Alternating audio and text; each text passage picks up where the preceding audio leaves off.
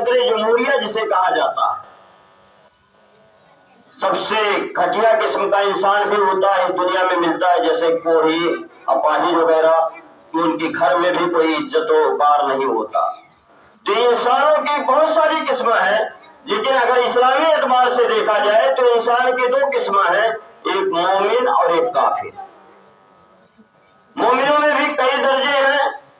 سب سے اعلیٰ درجے کا انسان ہم سب کے نبی حضور رحمت عالم صلی اللہ علیہ وسلم کی ذات ہے، جو خاتم النبیین ہیں، جو نبیوں کے سردار ہیں، سید المرسلین ہیں۔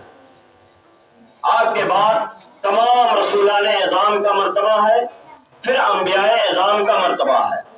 اور انبیاء اعظام کے بعد مسلمانوں میں صالحین کا مرتبہ ہوتا ہے، صدیقین کا مرتبہ ہوتا ہے، اولیاء اللہ کا مرتبہ ہوتا ہے، پھر جا کر کے شہیدوں کا مرتبہ آتا ہے۔ اب یہاں ایک رک کر کے ذہن میں بیٹھا لے کہ قرآن شہیدوں کے تعلق سے کہتا ہے کہ جو اللہ کی راہ میں قتل کیے جائیں انہیں مردہ نہ کہو بلکہ وہ زندہ ہے۔ تو جب شہید تیسرے منزل پر آتے ہیں وہ انبیاء کرام سے کم درجہ ان کا ہے، صالحین سے کم درجہ ان کا ہے، صدیقین سے کم درجہ ان کا ہے۔ تو جب یہ زندہ ہے تو ہم سنیوں کا عقیدہ ہے کہ صالحین بھی اپنی قبروں میں زندہ ہے، شہداء بھی اپنی قبروں میں زندہ ہے، صدیقین بھی اپنے قبروں میں زندہ ہے، اور انبیاء بھی اپنے قبروں میں زندہ ہے۔ جب محتاج کا یہ عالم ہے تو مختار کا عالم کیا ہوگا، ہے نا؟ جب ان کے گدا بھر دیتے ہیں شاہان زمانہ کی جولی، محتاج کا جب یہ عالم ہے مختار کا عالم کیا ہوگا؟ یعنی جب تیسری منزل پر قدم رکھنے والا شہید جس کے تعلق سے قرآن فرماتا ہے کہ یہ اپنی قبروں میں زندہ ہے، تو جو ان سے بڑے مرتبے والے ہیں جیسے صالحین ہوئے، صدیقین ہوئے، انبیاء کرام کی مقدس جماعت ہوئی، یہ تو اپنی قبروں میں بدرج آتم زندہ ہیں۔ اب اگر ہم یہاں سے محمد رسول اللہ کا نعرہ لگائیں اور کہیں یا غوث المدد، یا علی مرتضی المدد، یا ابو بکر صدیق المدد، یا عمر فاروق اعظم المدد، یا عثمان غنی المدد، تو بلا شبہ ہم سنیوں کا عقیدہ ہے کہ جیسے شہداء اپنی اپنی قبروں میں زندہ ہیں ایسے ایسے صالحین بھی اپنی قبروں میں زندہ ہیں، اور اگر کوئی بندہ ان کا ماننے والا مصیبتوں کے وقت انہیں پکارے گا تو ہمارا عقیدہ بول رہا ہے کہ یہ حضرات ضرور اس کی مدد کروائیں، ضرور اس کی مدد فرمائیں۔ تو حضرات محترم، اب میں عرض کرنا چاہتا ہوں کہ نبی بننا تو آسان نہیں ہے، اس لیے کہ نبوت تو میرے سرکار پر ختم ہو گئی، آپ آخری نبی بن کر کے تشریف لائے ہیں، اور نبی عبادت و ریاضت کے ذریعے کوئی نبی نہیں بن سکتا، بلکہ اللہ رب العزت اپنے کچھ چنے ہوئے بندوں کو منتخب کر لیا جنہیں نبوت کے مقام پر فائز فرمایا۔ اللہ جسے چاہے گا اسے نبی بنائے گا۔ نبی 1,24,000 یا کم و بیش 2,24,000 انبیاء کرام اس دنیا میں تشریف لائے۔ سب سے آخری نبی ہم سب کے نبی حضور رحمت عالم تشریف لے آئے ہیں۔ اب ان کے بعد کوئی نبی نہیں آئے گا، ان کے بعد کسی شخص کو نبی ہونا کوئی یہ جائز سمجھے کہ اب اس کے بعد کوئی نبی آئے گا جیسا کہ غیر لوگوں کا عقیدہ ہے، تو یہ کفر ہے، یہ کفر ہے، کوئی نبی ہو ہی نہیں سکتا۔ اگر اس زمانے میں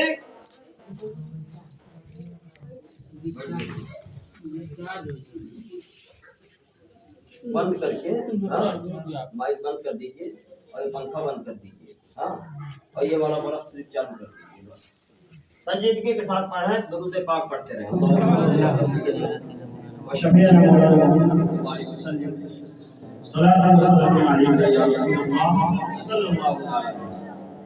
تو میں اس کا رہا تھا کہ کوئی نبی بن نہیں سکتا،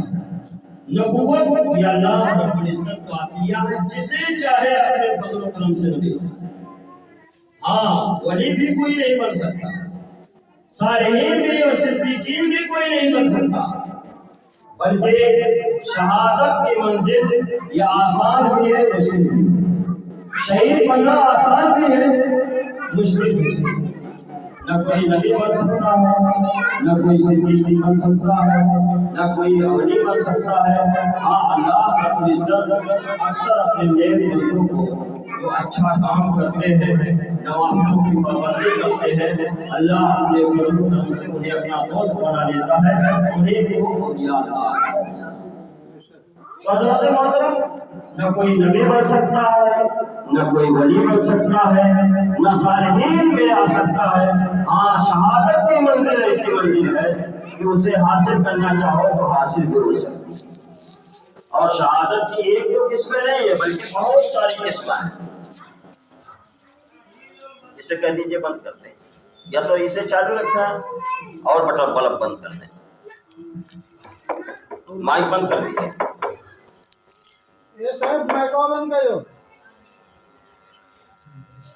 حضرت محترم، شہادت کی منزل آسان بھی ہے، مشکل بھی ہے۔ اس لیے آسان ہے کہ جو شہادت کے مرتبے پر فائز ہوتا ہے نا، چند منٹوں میں، چند سیکنڈوں میں وہ زمین کی پستی سے اٹھتا ہے اور عرش اعلیٰ کی بلندی پر پہنچ جاتا ہے۔ اور مشکل اس لحاظ سے ہے کہ جان بہت پیاری ہوتی ہے۔ جان اللہ رب العزت کی عطا کردہ چیز ہے، یہ بہت پیاری ہوتی ہے، اور جان کو رب کی بارگاہ میں قربان کرنا ہے، اپنی جان کو اللہ کی بارگاہ میں قربان کرنا ہے، تب کہیں جا کر کے شہادت ملتی ہے۔ اس لیے مشکل ہے، آسان بھی ہے۔ میں آپ کو ایک واقعہ سناتا ہوں۔ دیکھیں، کراچی کی سرزمین ہے، یہی کراچی 1934 کا واقعہ ہے، نوٹ کر لیجئے تاریخ۔ 1934 ہجری کا واقعہ، عیسوی کا واقعہ ہے۔ اس وقت کتنے چل رہے ہیں؟ 2023 عیسوی چل رہے ہیں۔ 1934 عیسوی کا واقعہ ہے، جب ہندوستان منقسم نہیں ہوا تھا۔ یہ پاکستان، بنگلہ دیش سب اسی ہندوستان میں آتے تھے۔ اسی کراچی کی سرزمین پر ایک یکا چلانے والا عبد القیوم نام کا ایک مسلمان رہتا، یکا چلایا کرتا تھا بیچارہ۔ دن بھر وہ یکا چلاتا تھا اور رات میں آ کر کے اپنی جھوپڑی میں سو جاتا تھا۔ پوری کراچی میں اسے کوئی جاننے والا نہیں تھا، کوئی پہچان کرنے والا اس کا نہیں تھا، کوئی ہمدرد ہمگسار کوئی نہیں تھا۔ ایک دن وہ کراچی کے روڈ پر اپنا یکا دوڑا رہا تھا کہ دو مسافر اس کے یکے میں بیٹھتے ہیں اور مسافر آپس میں بات کرتے ہیں کہ آج اس شخص کا فیصلہ ہونے والا ہے کہ جس نے رسول پاک صلی اللہ علیہ وسلم کی شان میں کتاب لکھی تھی اور اس نے اپنی اس کتاب میں سرکار کی گستاخیاں بیان کی۔ عبد القیوم نے جب اتنا سنا کہ آج اس شخص کا فیصلہ ہونے والا تھا جس نے گستاخیاں کی ہیں آقا کی شان میں، جس نے میرے آقا صلی اللہ علیہ وسلم کی شان میں بے ادبی کے الفاظ لکھے ہیں اپنی کتاب میں، آج اس شخص کا فیصلہ ہونے والا ہے، تو عبد القیوم کے تن بدن میں آگ لگ جاتی ہے۔ اس لیے کہ عبد القیوم ایسا مرد مظاہر تھا، وہ تو یہ سمجھتا تھا کہ جو سرکار کی شان میں گستاخی کرے، جو ہمارے آقا صلی اللہ علیہ وسلم کو گالی دے، اسے جینے کا کوئی حق نہیں ہے، اسے تو فوراً مار دینا چاہیے۔ عبد القیوم نے جب یہ سنا کہ آج اس کا فیصلہ ہونے والا ہے، مقدمات چل رہے ہیں، آج اس کا فیصلہ ہونے والا ہے، تو عبد القیوم نے کیا کیا، ان مسافروں سے پیسہ وصول کیا اور لیا اور اپنے اڈے کو لے جا کر کے کچہری کی طرف موڑ دیا اور ایک طرف اپنے اڈے کو کھڑا کیا اور سیدھا جج کے کمرے میں اس کو گھس گیا اور لوگوں سے پوچھا کہ کس نے، کون ہے جو میرے آقا صلی اللہ علیہ وسلم کے شان میں گستاخیاں کی، کون شخص ہے جو میرے آقا صلی اللہ علیہ وسلم کی شان میں بے ادبی کے الفاظ لکھتے ہیں؟ لوگوں نے بتایا وہ جو شخص کھڑے میں کھڑا ہے بڑی دور والا وہی شخص ہے جو جس نے آقا صلی اللہ علیہ وسلم کی شان میں گستاخیاں کی۔ پورا کمرہ بھرا ہوا تھا۔ عبد القیوم لوگوں کی بھیڑ کو چیرتا ہوا اس شخص کے پاس پہنچا اور جیب سے چاقو نکالا اور نکالنے کے بعد بڑے مجمع میں عبد القیوم نے اس شخص کو چاقو مارا اور اتنا تیز اس کا ضرب تھا کہ وہ شخص وہی ڈھیر ہو گیا، ہلاک ہو گیا۔ عبد القیوم نے دونوں ہاتھ کو اوپر کر دیا اور کہا میں ہی اب اس شخص کو مارا ہوں، اس لیے کہ اس نے میرے آقا کی شان میں گستاخی کی،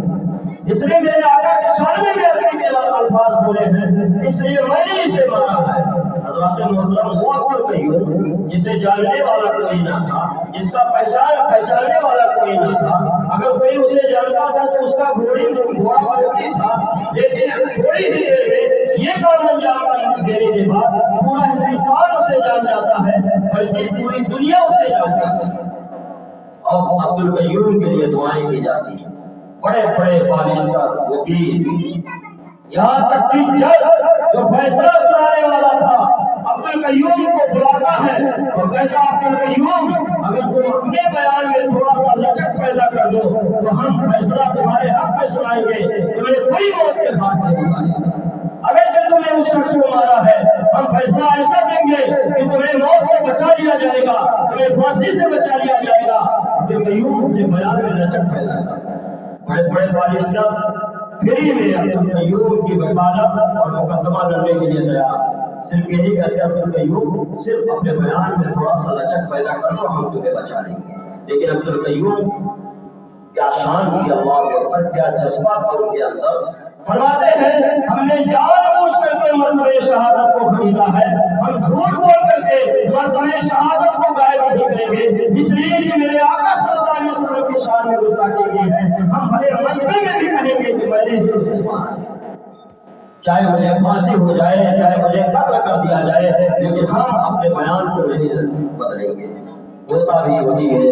کہ قانون کے ماننے والے عبد القیوم کو پھانسی پر چڑھا دیتے ہیں، لیکن کراچی کی تاریخ گواہ ہے کہ عبد القیوم کو جس دن پھانسی دی جاتی ہے اور عبد القیوم کا جس دن جنازہ اٹھایا جاتا ہے 25 لاکھ کا مجمع عبد القیوم کے جنازے میں شریک ہوتا ہے، اور بوڑھے بچے جوان عورتیں سب عبد القیوم کے جنازے میں روتے ہوئے شریک ہوتے ہیں۔ ایسا محسوس ہوتا تھا پورے کراچی میں، پورے ہندوستان میں کہ گویا ان کے گھر کا یہ معاملہ ہے، ان کے گھر سے یہ جنازہ اٹھا ہے، اور میں کہتا ہوں یہ جو 25 لاکھ کا جو مجمع عبد القیوم کے جنازے میں شریک ہوا تھا، نہ جانے کروڑوں فرشتے کتنے رہے ہوں گے، اور عاشق صادق حضور نبی اکرم صلی اللہ علیہ وسلم نے اپنے اس عاشق صادق کو کس محبت اور پیار سے گلے لگایا،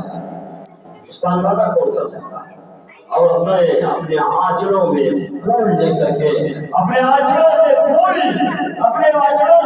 برساتے تھے عبد القیوم کے جنازے پر، اور آنسو بہایا کرتی تھی۔ دوستوں کو پتہ چلتا تھا یہ عبد القیوم جسے کراچی میں جاننے والا نہیں تھا، پوری دنیا اسے جان جاتی ہے، پورا سماج اسے جان جاتا ہے، پوری آبادی اسے جان جاتی ہے، اور سب کے لبوں پر عبد القیوم کے لیے دعائیں نکلتی ہیں۔ پتہ چلا شہادت کے وجہ مشکل بھی ہے، آسان بھی ہے۔ مشکل اس لحاظ سے ہے کہ اپنی جان کو قربان کرنا ہے، اور یہ آسان اس لحاظ سے ہے کہ جہاں کہیں بھی نام رسول اللہ رسول کی بات آ جائے وہاں آپ کھڑے ہو جاؤ، دل کے ساتھ کھڑے ہو جاؤ، من کے ساتھ کھڑے ہو جاؤ، جگر کے ساتھ کھڑے ہو جاؤ، اور اللہ رسول کی شان میں گستاخی کرنے والے کو توڑ جواب دو۔ یہی مذہب اسلام کے ماننے والوں کی شان ہے۔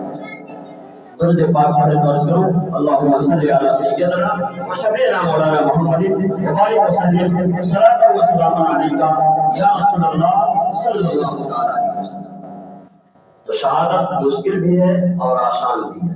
شہادت کی کئی قسمیں ہیں، ایک شہید حقیقی ہے، ایک شہید حکمی ہے، ایک شہید فکری ہے۔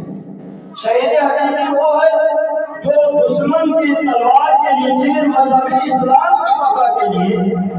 فروغ اسلام کے لیے،